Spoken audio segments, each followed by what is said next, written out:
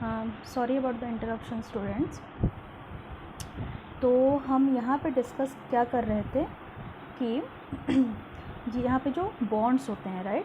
तो पहला बॉन्ड कौन सा था, ये था हमारा ग्लाइकोसिडिक बॉन्ड। दूसरा ये जो था ये फॉस्फोडाइएस्टर बॉन्ड था, जो कि दो न्यूक्लियोटाइड मॉलिक्यूल आपस में एक फॉस्फेट ग्रुप से अटैच होते हैं और वो फॉस्फोडाइएस्टर बॉन्ड कहलाता है। तो ये था हमारा टोटल जो भी structure of polynucleotide chain and जो इनके बॉन्ड्स प्रेजेंट होते हैं। ये बॉन्ड्स काफ़ी इंपॉर्टेंट हैं एग्जाम पॉइंट ऑफ व्यू से।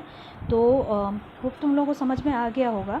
तो पहला बॉन्ड फॉस्फोडाइएस्टर बॉन्ड जो कि बहुत इंपॉर्टेंट है। सेकंड है हमारा ग्लाइकोसिडिक बॉन्ड इंपॉर्टेंट है। और एक बॉन्ड जानते हो आप लोग जो कि है हाइड्रोजन बॉन्ड, राइट।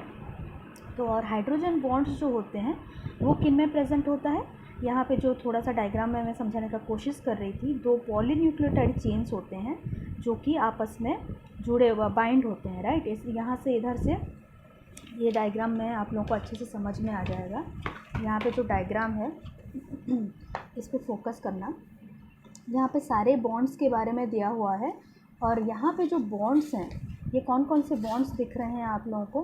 पहला तो ये है ग्लाइकोसिडिक बॉन्ड दिख रहा होगा, राइट। और ये फॉस्फोडाइएस्टर बॉन्ड दिख रहा होगा। और ये तीसरा वाला जो बॉन्ड है जो कि है हाइड्रोजन बॉन्ड, ये दिख रहा होगा। ये है दो पॉलीन्यूक्लियोटाइड चेन जो कि हमारे डीएनए में पाया जाता है। यहाँ पे अगर हम डीएनए को इस तरह से रफ स्केच में ड्रॉ करें तो ये इसी तरह का सेम मॉलिक्यूल है। ये एक स्ट्रैंड है डीएनए का जो कि अगर ये 5 प्राइम डायरेक्शन में होगा तो ये दूसरा वाला कौन सा होगा, इसका अपोजिट 3 प्राइम होगा। और ये अगर 3 प्राइम है तो दूसरा वाला 5 प्राइम है, राइट। तो 5 प्राइम और 3 प्राइम कैसे बनता है ये ऑलरेडी हम लोग डिस्कस कर चुके थे। 5 प्राइम कैसे बनेगा, कोई एक पॉलीन्यूक्लियोटाइड स्ट्रैंड का जो फाइनल लास्ट में जो बेस प्रेजेंट होगा उसमें जो फॉस्फेट अटैच हुआ होगा वो वाला रीज़न क्या होगा, वो खाली होगा। आगे तो कोई क्योंकि अटैच होकर रहा नहीं है तो ये 5 प्राइम क्या हुआ, ये ओपन है। इसी वजह से इसका नाम क्या पड़ गया, 5 प्राइम एंड, ओके। और इसी का अगर दूसरा वाला देखें एंड, तो उसमें क्या होगा, एक 3 प्राइम जो पोजीशन था उस 3 प्राइम पोजीशन में एक OH ग्रुप खाली होगा। और उस OH ग्रुप खाली है इसी वजह से उसका एंड का नाम क्या दिया गया, 3 प्राइम एंड दिया गया। उसी में से अब हमने देखा था कि ये जो कौन सा, ये नाइट्रोजनस बेसेस है, ये एक नाइट्रोजनस बेस है। इस तरह से नाइट्रोजनस बेसेस लगे होते हैं। तो ये जो नाइट्रोजनस बेस है ये दूसरा जो पॉलीन्यूक्लियोटाइड चेन है उससे ये क्या हो गया है, अटैच हो गया है। और इससे एक बॉन्ड के थ्रू अटैच है जिस बॉन्ड का क्या बोलते हैं हम लोग, हाइड्रोजन बॉन्ड बोलते हैं। और ये तुम लोग जानते होगे बेस पेयरिंग के बारे में, है ना। जैसे कि अगर एडेनिन मॉलिक्यूल है तो एडेनिन हमेशा 2 हाइड्रोजन बॉन्ड फॉर्म करता है थाइमिन के साथ। और जो साइटोसिन मॉलिक्यूल होता है वो 3 हाइड्रोजन बॉन्ड फॉर्म के बाइंड होता है गुआनिन के साथ। तो यहाँ पे एक साइटोसिन मॉलिक्यूल है जो कि देखो 3 हाइड्रोजन बॉन्ड फॉर्म किया है और वो गुआनिन से अटैच है। और यहाँ पे भी गुआनिन और साइटोसिन का अटैचमेंट है। यहाँ पे क्या है, इस पॉलीन्यूक्लियोटाइड चेन में इसके पास थाइमिन मॉलिक्यूल प्रेजेंट है और इधर अपोजिट में एडेनिन मॉलिक्यूल प्रेजेंट है। तो ये अब ध्यान देने वाली बात ये है कि यहाँ वाला शुगर को मार्क करो। ये जो पेंटोज शुगर है ये किस डायरेक्शन में जा रहा है, इस डायरेक्शन में। ये एक ऐसे सीधा दिख रहा है, लेकिन इधर जो अपोजिट वाला है ये कैसा दिख रहा है, देखो ये पूरा उल्टा चेन है, राइट। इसका स्ट्रक्चर देखना, इसको अगर ऐसे रखा हुआ दिखेगा तो इसका जस्ट उल्टा वाला स्ट्रक्चर यहाँ पे दिखेगा। मतलब एक स्ट्रैंड को अगर हम ये कंसिडर करें कि ये इस डायरेक्शन में ट्रैवल कर रहा है तो दूसरा क्या है, जस्ट उसके ऑपोजिट में ये जा रहा है, राइट। तो इसी वजह से क्या हो रहा है देखो, तो यहाँ पे अगर 3 प्राइम ग्रुप, यहाँ पे अगर 3 प्राइम OH फ्री होगा तो सेम 3 प्राइम ग्रुप कहाँ होगा, इस तरफ होगा। तो ये जो 3 प्राइम ग्रुप है इसके साथ तो ये वाला फॉस्फेट अटैच हो गया है। इस तरह से ये आगे चलता चलेगा। तो यहाँ पे जो खाली रहेगा ये कौन सा खाली रहेगा, ये 5 प्राइम फॉस्फेट ही खाली रहेगा डेफिनेटली। इसी वजह से एक तरफ 3 प्राइम OH ग्रुप खाली रहता है और दूसरी तरफ 5 प्राइम फॉस्फेट ग्रुप खाली रहता है। ये क्वेश्चन बार बार पूछा गया है। तो ये ध्यान देना कि 3 प्राइम ग्रुप जो है वो OH बियर करता है और जो 5 प्राइम है उसमें क्या रहता है, फॉस्फेट मॉलिक्यूल प्रेजेंट होते हैं। इसी वजह से क्या बोला जाता है, जो डायरेक्शन है ये कैसा दिख रहा है, ये एंटी पैरेलल दिख रहा है।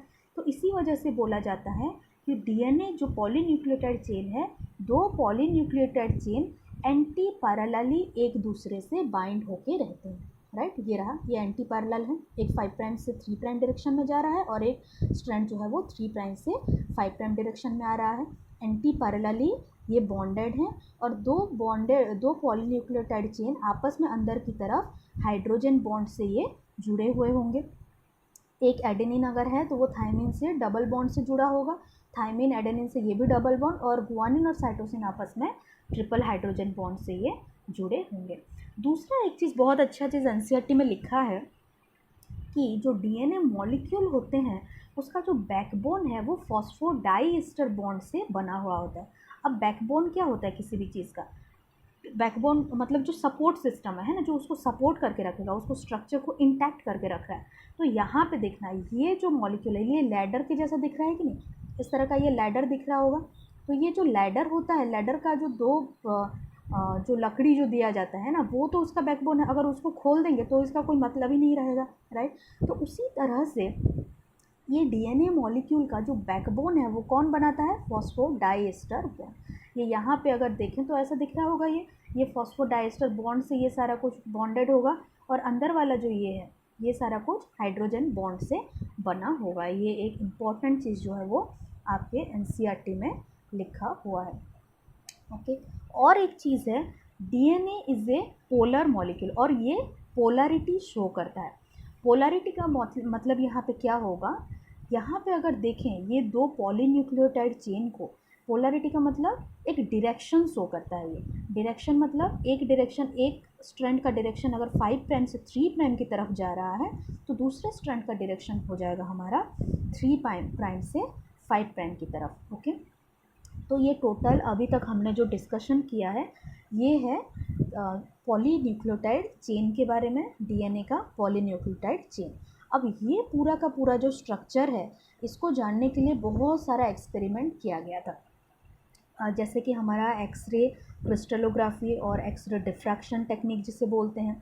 उसके बाद इसका जो स्ट्रक्चर थोड़ा बहुत दिया गया, मतलब थोड़ा बहुत जो एक्सरे डिफ्रैक्शन से आया उसको फिर से पूरा का पूरा स्ट्रक्चर दिए थे किन्होंने? वाटसन एंड क्रिक मॉडल, जो आप लोग ऑलरेडी थोड़ा बहुत जानते हो, 11th में पढ़े थे हम लोग BDNA का structure, right. Watson and Crick model, जिसके वजह से कि वाटसन एंड क्रिक दो साइंटिस्ट थे जिन्हें कि नोबेल प्राइज़ भी मिला था। उन्होंने यही डबल हेलिकल स्ट्रक्चर दिया था, उन्होंने यही डबल हेलिकल स्ट्रक्चर को प्रपोज किया था, ओके।